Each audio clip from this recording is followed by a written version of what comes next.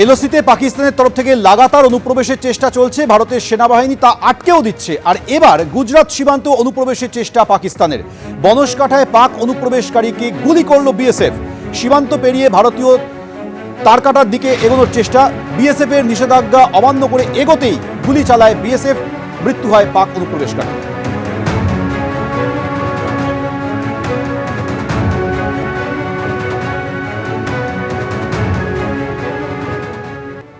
গত বছর নীতি আয়োগের বৈঠক থেকে মাঝপথে বেরিয়ে এসে মমতা বন্দ্যোপাধ্যায় অভিযোগ করেছিলেন যে 5 মিনিট বলার পরই তার মাইক বন্ধ করে দেওয়া হয়েছিল, তাকে বলতে দেওয়া হয়নি।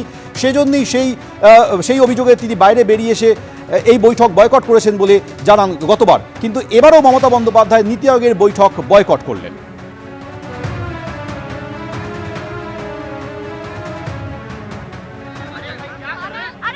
এর আগের বার মুখ্যমন্ত্রী বৈঠক শেষে বেরিয়ে এসে বলেছিলেন যে তিনি যখন কথা বলছিলেন তার মাইক অফ করে দেওয়া হয়েছিল। সংশ্লিষ্ট কর্তৃপক্ষ সেই বক্তব্যকে সমর্থন করেনি। এমনকি অবিজেপি শাসিত রাজ্যের প্রতিনিধি যারা ছিলেন তারাও কেউ মুখ্যমন্ত্রীর এই বক্তব্যের সমর্থনে সামনে এসে দাঁড়ায়নি।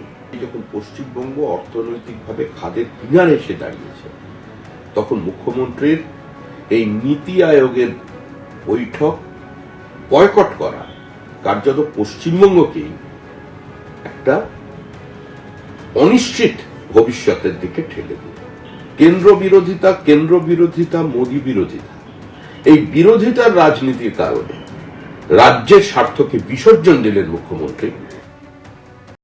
আমি রাজ্যের জন্য বলবো যে নবান্ন বসে সাংবাদিকদের কাছে না নীতি আয়োগে গিয়ে কোনটা, আমাকে তো রাজ্যের দাবি করতে হবে সেই সমস্ত প্রতিষ্ঠানের কাছে, সেই সমস্ত সরকারি সেই সমস্ত ইনস্টিটিউশনের কাছে। সেইখানে আমি মুখ ভার করে আমি বললাম আমি যাব না।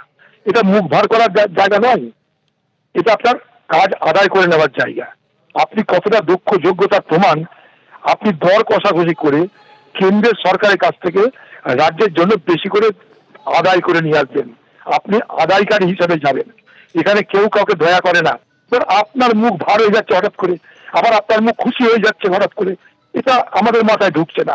রাজ্যে যাবে আদায় করতে, আপনি সিধে আসুন, এখানটা লড়াই করুন। আপনাকে যদি টাকা না দেয় এখানে অবস্থান করুন, অনশন করুন, আন্দোলন করুন। তা করবেন না আপনি। এবার বাংলা গিয়ে কাঁদবেন, বাংলার মানুষ দেখো আমাকে কেন্দ্র টাকা দিচ্ছে না। আরে টাকা দিতে আপনি গেলেনই না, আপনাকে কে টাকা দিবে?